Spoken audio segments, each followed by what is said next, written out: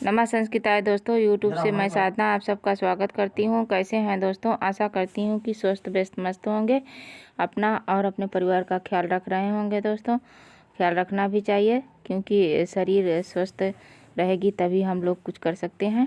तो आइए दोस्तों, आज हम लोग डॉक्टर कपिल देव द्विवेदी द्वारा विरच जो लिखे हैं अभिज्ञान शाकुंतलम का अध्ययन करते हैं। अभिज्ञान शाकुंतलम के लेखक कौन है दोस्तों?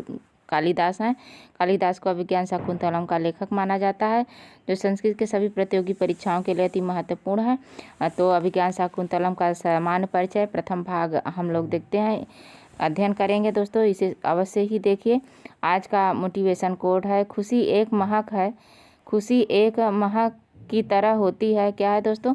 खुशी एक महक की तरह होती है। जब तक हम स्वयं नहीं महकेंगे, दूसरों को कैसे महका सकते हैं? इसीलिए खुद भी खुश रहें और दूसरों को खुश रखें। जी हाँ दोस्तों, हम खुश रहेंगे तभी दूसरों को खुश रख सकते हैं। जब हम खुद ही परेशान और दुखी रहेंगे तो हम दूसरों को ही दुख देते रहेंगे। तो जीवन में खुश रहना चाहिए और दूसरों को खुशी देना चाहिए दोस्तों, और खुश रखना चाहिए। और जो है इसी खुशी के साथ अपने लक्ष्य को प्राप्त करिए, अपने मंजिल को प्राप्त करिए दोस्तों। इसी कामना और मोटिवेशन कोट के साथ आज का पाठ शुरू करते हैं। जो हमारा आज का पाठ है अभिज्ञान शाकुंतलम का सामान्य परिचय, इसे देखेंगे दोस्तों। हम लोग अभिज्ञान शाकुंतलम लेके हाजिर हुए हैं, जिसमें हम लोग अभिज्ञान शाकुंतलम का सामान्य परिचय पढ़ेंगे दोस्तों। इसके पहले के वीडियो में हम लोगों ने कालिदास के बारे में अध्ययन किया है, और जो हमारे साथी न देखे हो उसे जाके डिस्क्रिप्शन में इसका लिंक दिया गया है, उसे देख लीजिए दोस्तों। और हम लोगों ने डिसाइड किया है कि 3 दिन हम लोग साहित्य को पढ़ेंगे और 3 दिन व्याकरण को पढ़ेंगे। तो दोस्तों, हम लोग सोमवार, मंगलवार और बुधवार को व्याकरण शास्त्र को पढ़ेंगे, और उसके बाद बुधवार, बृहस्पतिवार, शुक्रवार और शनिवार को हम लोग विज्ञान शाकुंतलम यानी किसी साहित्य को पढ़ेंगे। तो जिसमें सबसे पहले हम लोगों ने अभिज्ञान शाकुंतलम का अध्ययन प्रारंभ किया है दोस्तों। तो अभिज्ञान शाकुंतलम आजकल अध्ययन कर रहे हैं। इसके पहले इसके लेखक का सामान्य परिचय हम लोगों ने देखा है दोस्तों। तो आज के वीडियो में हमारा दूसरा दिन है। आज के वीडियो में हम लोग अभिज्ञान शाकुंतलम का सामान्य परिचय देखेंगे, जिसके लेखक हैं महाकवि कालिदास हैं, और इसका विधा क्या है? नाटक है। और इसमें अंक क्या है? 7 अंक है। यानी जो है पूछा भी जाता है कि अभिज्ञान शाकुंतलम के लेखक कौन है, तो कालिदास हैं। और अभिज्ञान शाकुंतलम की विधा क्या है? नाटक है। और अभिज्ञान शाकुंतलम में कितने अंक हैं? तो अभिज्ञान शाकुंतलम में 7 अंक है। अभिज्ञान शाकुंतलम के रस कौन सा रस है दोस्तों? तो श्रृंगार रस है। श्रृंगार रस में संभोग श्रृंगार आता है। संभोग श्रृंगार रस है दोस्तों। जो रस होता है श्रृंगार वो 2 प्रकार का, संभोग और वियोग होता है। तो ये संभोग श्रृंगार रस है दोस्तों। और कथानक क्या है? तो इसका कथानक है राजा दुष्यंत एवं, यानी कथानक का मतलब है कि इसमें किसका कथन ये जो अभिज्ञान शाकुंतलम नाटक है, तो इसमें कथानक क्या है? इसमें किस नाटक को बताया गया है दोस्तों? तो इसमें किस कहानी को बताया गया है नाटक के माध्यम से? तो इसमें जो है राजा दुष्यंत जो हस्तिनापुर के राजा हैं, चंद्रवंशी राजा हैं। तो राजा दुष्यंत एवं शकुंतला का परस्पर प्रेम, विरह और मिलन का वर्णन है। पहले उनका प्रेम होता है, विवाह होता है, उसके बाद विरह होता है, उसके बाद क्या होता है? फिर से उनका मिलन होता है। इसी सब का वर्णन अभिज्ञान शाकुंतलम के है, जो 7 अंकों में महाकवि कालिदास ने वर्णित किया है। इसके प्रमुख पात्र हैं दुष्यंत, जो नायक हैं किसके? अभिज्ञान शाकुंतलम के नायक दुष्यंत है। अभिज्ञान शाकुंतलम की नायिका शकुंतला है। और कण्व ऋषि हैं दोस्तों, जो शकुंतला के पालक पिता कहे जाते हैं। अनसुईया, प्रियवंदा और मांडव्य और गौतमी, सारंगरव, शार्दूल, हंसपदिका, वसुमती, मातली, शानुमती, सर्वदमन, भरत, सर्वदमन का ही दूसरा नाम भरत है, मारीची ऋषि, अदिति, अदिति को दाक्षायणी भी कहते हैं दोस्तों, और दुर्वासा, मेनका, ये अभिज्ञान शाकुंतलम के प्रमुख पात्र हैं दोस्तों। उसके बाद है कि 1 मिनट पेन चेंज कर लेते हैं, बहुत मोटी है। अभिज्ञान शाकुंतलम का उपजीव्य आधार ग्रंथ कहाँ से लिया गया है? तो अभिज्ञान शाकुंतलम का उपजीव्य आधार ग्रंथ महाभारत के आदि पर्व का शकुंतलोपाख्यान 68 अध्याय और 74 अध्याय में से लिया गया है दोस्तों। और इसका दूसरा भी पूछता है कि अन्य कहाँ स्थानों पे अभिज्ञान शाकुंतलम का जो शाकुंतलम नाटक है उसका जो अन्य कहाँ वर्णन मिलता है, तो पद्म पुराण के स्वर्ग खंड में भी अभिज्ञान शाकुंतलम की कथा मिलती है। तो अभिज्ञान शाकुंतलम का कथा जो है वो विश्वामित्र और मेनका के माध्यम से जो है बताया जाता है। ये आदि पर्व का यानी सबसे पहला महाभारत का पहला पर्व ही आदि पर्व है। तो आदि पर्व में जो है ये शकुंतलोपाख्यान और स्वर्ग खंड में भी इसकी कथा यानी पद्म पुराण के स्वर्ग खंड में इसकी कथा का वर्णन किया गया है। इसके वो शकुंतला के माता पिता का नाम मेनका और विश्वामित्र है दोस्तों। कर्ण को उनके पालक पिता या धर्म पिता कहा जाता है। अभिज्ञान शाकुंतलम नाटक की रीति क्या है, तो अभिज्ञान शाकुंतलम नाटक की रीति वैदर्भी रीति है। और कालिदास के विषय में कहा गया है कि वैदर्भी रीति संदर्भे विशेष्यते कालिदास, यानी वैदर्भी रीति संदर्भे विशेषते किसके विषय में कहा गया है, तो कालिदास के विषय में कहा गया है। या कालिदास के विषय में क्या कहा गया है, तो वैदर्भी रीति संदर्भे विशेषते कालिदास के काव्यों में किस वृत्ति का विशेष प्रयोग किया गया है दोस्तों, तो कालिदास की वृत्ति में कैसिकी वृत्ति का प्रयोग किया गया है। कालिदास के काव्यों में किस वृत्ति का विशेष रूप से, तो कैसिकी वृत्ति का विशेष रूप से वर्णन किया गया है। कालिदास का प्रिय अलंकार उपमा अलंकार है दोस्तों। उपमा कालिदास उपमा के लिए जाने जाते हैं। जैसे कहते हैं कि दंडी पद लालित भारवी अर्थ गौरव और उपमा कालिदास दास, ये तो उपमा के लिए किसे जाना जाता है, कालिदास को जाना जाता है। अभिज्ञान शाकुंतलम के प्रथम अंक का नाम क्या है, तो अभिज्ञान शाकुंतलम के प्रथम अंक का नाम आश्रम प्रवेश है दोस्तों। इसमें राजा दुष्यंत जो है मृग को मारता हुआ आश्रम में प्रवेश करते हैं। तो इसी के उपलक्ष्य में इसका नाम क्या पड़ गया, आश्रम प्रवेश। ये हम याद करने के लिए आप लोगों को से कह रही हूँ दोस्तों। ना ही इसका कोई कथानक नहीं मिलता है कि प्रवेश करने के कारण उसका नाम जो है प्रथम का जो है आश्रम प्रवेश मिल गया है। लेकिन वैसे कथानक पढ़ने से हमें भी और सभी को समझ में भी आता है कि जब वो राजा दुष्यंत हस्तिनापुर से शिकार करने के लिए आते हैं तो वो जो है मृग का पीछा करते करते आश्रम के प्रांगण में आ जाते हैं, आश्रम में प्रवेश करते हैं। तो पहले अंक का नाम क्या है, आश्रम प्रवेश। दूसरे अंक का नाम है आश्रम निवेश। जब ऐसानक ऋषि उन्हें मृग को मारते हुए मारने के लिए मना करते, कहते हैं कि राजा ये मृग जो है आश्रम का है, आप आश्रम में आ चुके हैं, आश्रम के मृग को नहीं मार सकते। तो वहीं से वो वापस हो जाते हैं, वो भूल बस आश्रम में आ चुके थे तो वहाँ से चले जाते हैं। तो आश्रम निवेश इसका दूसरा नाम हो गया। तीसरे अंक का नाम है मिलन, यानी जब तो फिर वे वहीं पे रुकते हैं और महर्षि कण्व से मिलने के लिए जाते हैं, लेकिन वहाँ वो नहीं रहते हैं तो उनका जो है मिलन होता है शकुंतला से। तो तीसरे अंक का नाम मिलन पड़ा है दोस्तों। और इसी तीसरे अध्याय में ही राजा दुष्यंत और शकुंतला का प्रेम विवाह होता है। चतुर्थ अंक में का नाम विदा अंक है दोस्तों। जब उनका प्रेम विवाह हो जाता है उसके बाद शकुंतला गर्भवती हो जाती है, राजा दुष्यंत हस्तिनापुर वापस चले जाते हैं। तो फिर वो महर्षि दुर्वासा ऋषि के शाप के कारण भूल जाते हैं, तो कोई समाचार नहीं लेते, ना ही अपना देते हैं ना लेते हैं। तो शकुंतला आश्रम में ही पड़ी रहती है। फिर इधर उसके गर्भ चिन्ह भी प्रस्फुटित होने लगता है, तो गर्भ को पता चलता है। तो ये चौथे अंक में शकुंतला की विदाई करते हैं, यानी राजा दुष्यंत के यहाँ भेजते हैं। तो इसीलिए चौथे अंक का नाम विदा अंक है दोस्तों। पंच अंक का नाम प्रत्याख्यान है। शाप के कारण राजा दुष्यंत शकुंतला को नहीं पहचान पाते तो वो अपने घर में नहीं रखते, कहते पर नारी को किसी के घर में नहीं रखना चाहिए। हमने शकुंतला से कोई प्रेम विवाह नहीं किया है और ना ही शकुंतला को हम जानते हैं। तो उनका जो वाद विवाद होता है उस अंक में, उसी का नाम जो है प्रत्याख्यान कहा गया है, यानी जो है व्याख्या की जाती है उनके प्रश्नों का और उनके बातों का उत्तर दिया जाता है। तो ये पंचम अंक में है। सिर्फ इसको हम इस कॉन्सेप्ट से जोड़ के इसलिए बता रहे हैं ताकि हमें याद रहे।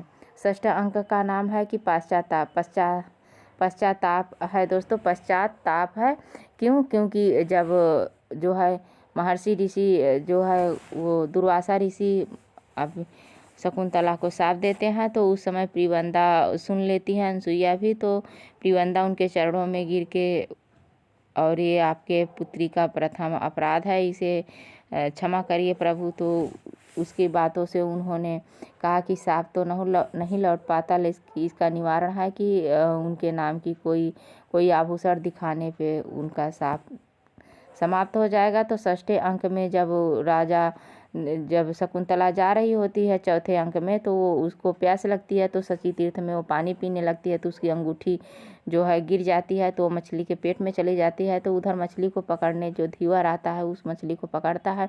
फिर मछली को जब फाड़ता है तो उसके पेट से अंगूठी निकलती है। वो अंगूठी जो है दुष्यंत के नाम की अंकित अंगूठी रहती है, वो ले जाता है बाजार में बेचने के लिए। तो वो पकड़ा जाता है और फिर दुष्यंत के सामने पेश किया जाता है। तो दुष्यंत जब उस अंगूठी को देखते हैं तो उनके साप का जो दुर्वासा ऋषि द्वारा दिया गया साप था, वो जो है उसका प्रभाव समाप्त हो जाता है। क्योंकि दुर्वासा ऋषि ने यही शाप दिया था कि तुम जिसके जो है ध्यान में हमारा तिरस्कार कर रही हो, वो जो है तुम्हें भूल जाएगा। वो उसी तरह तुम्हें भूल जाएगा जिस तरह जो मद में यानी मदिरा पिए हुए लोग जो रहते हैं पहले कही हुई बात को भूल जाते हैं, उसी प्रकार वो भी तुम्हें भूल जाएगा। तो जब वो पाते हैं अंगूठी तो उन्हें याद आ जाता है। तो इसका जो प्रभाव है वो षष्ठे अंक में दिखाई पड़ता है। नहीं तो जब उन्हें याद आ जाता है तो पश्चाताप करते हैं। तो इसीलिए षष्ठ अंक का नाम है पश्चाताप। उसके बाद सातवां अंक है, सातवें अंक का नाम है पुनर्मिलन। जी हाँ, जब उसके बाद जब वो पाँचवें अंक में शकुंतला को इनकार कर देते हैं अपने पास रखने के लिए, तो शकुंतला बेहोश हो जाती है। उसी समय उसकी माता मेनका स्वर्ग से आती है और शकुंतला को लेके चली जाती है। तो हेमकूट पर्वत पर वह शकुंतला को लेके रहने लगती है, जो महर्षि मारीची का आश्रम है, वहाँ रहने लगती है। तो फिर जो है सातवें अंक में महर्षि मारीची के आश्रम में शकुंतला और दुष्यंत का मिलन होता है। इसीलिए सप्त अंक का नाम पुनर्मिलन रखा गया है दोस्तों। और शाकुंतलम के चतुर्थ अंक में कौन सा रस है, तो यह करुण रस है। वैसे तो पूरे संपूर्ण अभिज्ञान शाकुंतलम में जो श्रृंगार रस यानी विप्रलभ श्रृंगार है, लेकिन चतुर्थ अंक को पर्टिकुलर पूछा जाए तो उसमें करुण रस है। क्योंकि शकुंतला जो रहती है वो क्या है कि अंत की याद में हमेशा वियोग में ही रहती है। तो करुण रस शोक में रहती है, तो शोक करुण रस को कहा जाता है। तो अगर चतुर्थ अंक का नाम देकर पूछता है तो इसे चतुर्थ अंक में करुण रस का प्रयोग किया गया है। शकुंतला का हस्तिनापुर पति गृह गमन किस अंक में वर्णित है, तो ये चतुर्थ अंक में वर्णित है। यानी चौथे अंक में शकुंतला विदा होकर अपने पति के घर जाती है। अभिज्ञान शाकुंतलम का नायक कौन है? अभिज्ञान शाकुंतलम का नायक दुष्यंत है दोस्तों। और उसके बाद ये दुष्यंत जो है किस कोटि का नायक है, तो दुष्यंत जो है धीरोदात्त कोटि का नायक है। नायक की 4 कोटियाँ होती हैं। तो धीरोदात्त, धीरोधत्त और धीर ललित और धीरोधत्त 4 कोटि के नायक होते हैं। तो ये पहले कोटि के नायक दुष्यंत हैं। दुष्यंत और राम को पहली कोटि का नायक रखा गया। धीरोदात्त कोटि के नायक हैं दोस्तों। राजा दुष्यंत कहाँ के राजा हैं, तो हस्तिनापुर के राजा चंद्रवंशी राजा हैं। ये चंद्रवंश के राजा दुष्यंत जो हैं चंद्रवंशी हैं। जैसे राम को सूर्यवंशी राजा कहा जाता है, तो राजा दुष्यंत को चंद्रवंशी राजा कहे, जो हस्तिनापुर के रहने वाले हैं। ये इनकी राजधानी कहाँ है? हस्तिनापुर है। अभिज्ञान शाकुंतलम की नायिका किसे कहा गया है, तो शकुंतला को अभिज्ञान शाकुंतलम की नायिका कहा गया है। और शकुंतला किस कोटि की नायिका है, तो मुग्धा नायिका है दोस्तों। वैसे नायिका की भी 2 कोटियाँ होती है, एक स्वकीया और दूसरी परकीय दोस्तों। तो विवाह के पहले नायिकाएं जिसका विवाह नहीं होता, वो नायिका नहीं हुआ रहता है, तो वो नायिकाएं परकीय कहलाती हैं। और जिसका विवाह हो जाता है वो स्वकीय कहलाती हैं। पर यहाँ पे शकुंतला के बारे में पूछा गया तो वो मुग्धा नायिका है दोस्तों।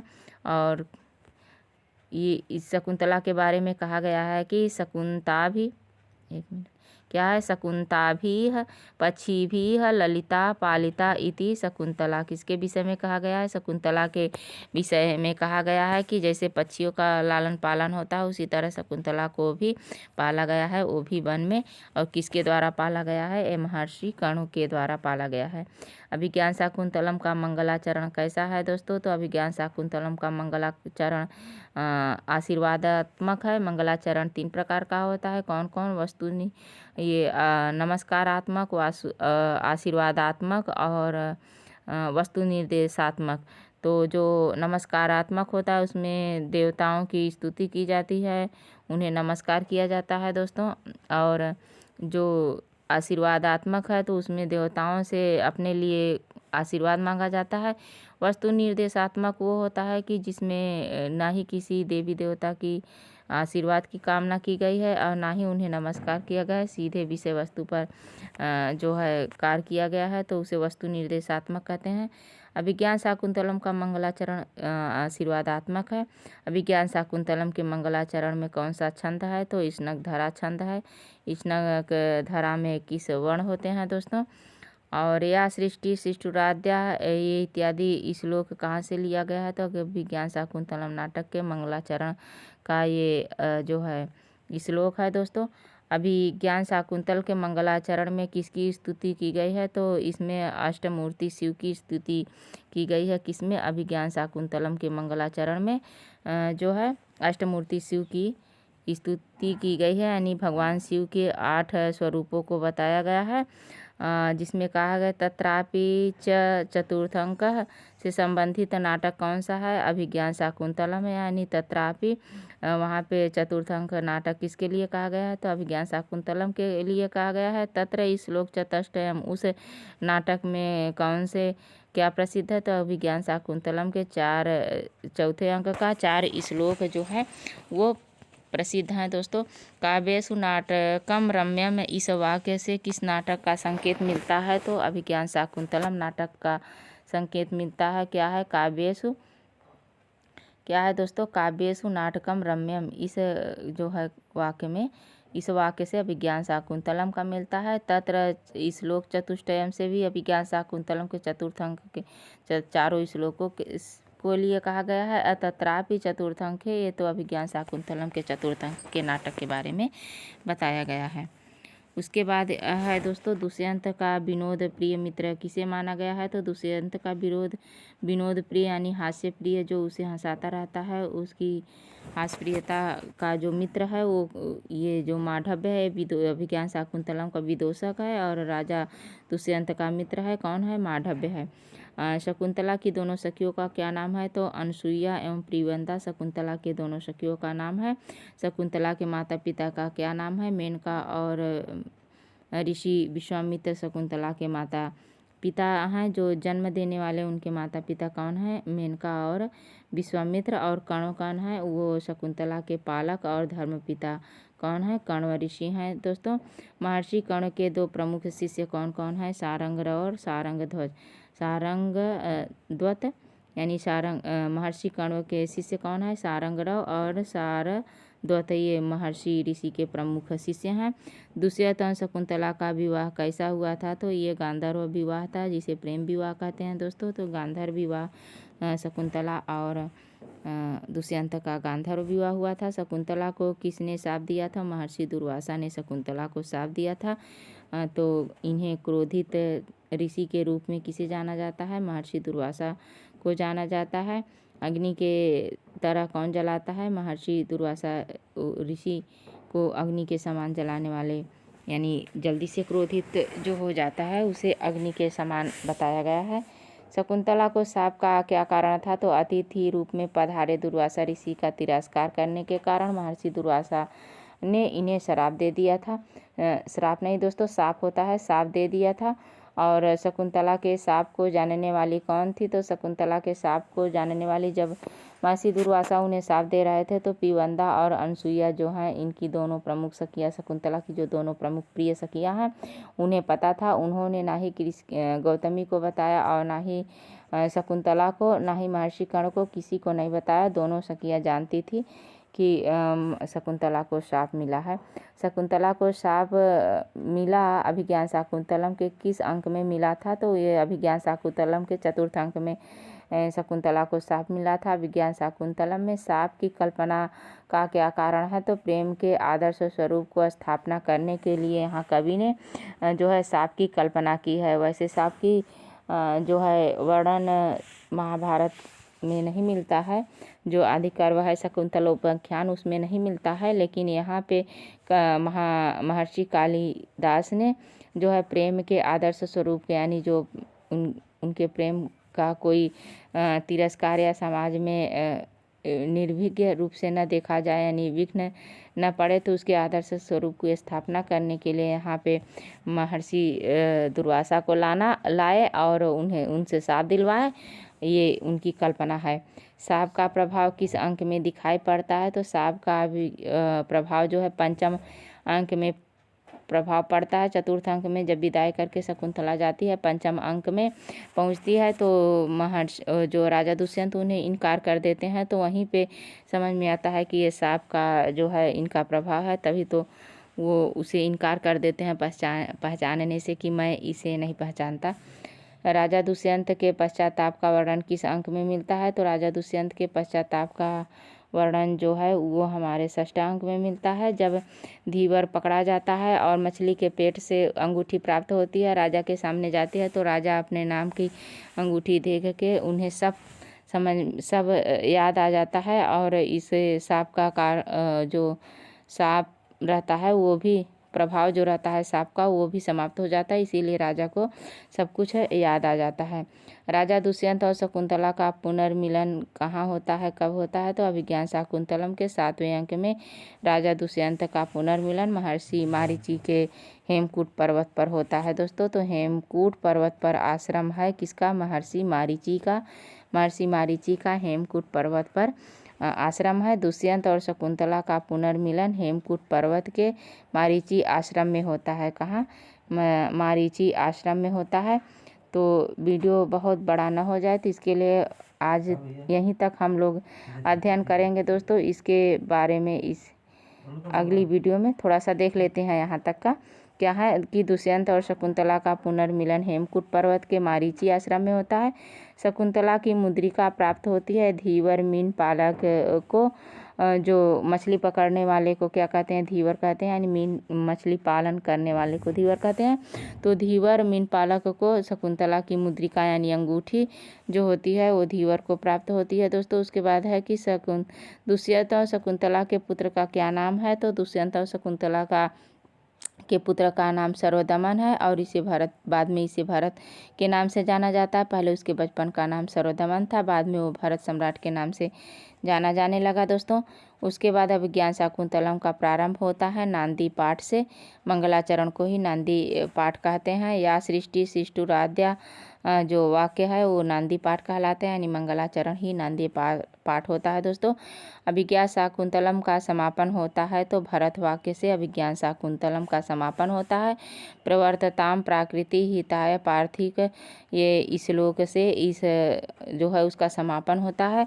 तो जो प्रारंभ होता है उसे मंगलाचरण या नांदी पाठ कहते हैं और जो समापन होता है उसे क्या कहते हैं? भरत वाक्य कहा जाता है। दोस्तों, भरत वाक्य कहते हैं। कालिदास का सर्वस्वभूत ग्रंथ कौन है? अभिज्ञान शाकुंतलम में उनके सभी विद्वता का परिचय मिलता है। दोस्तों।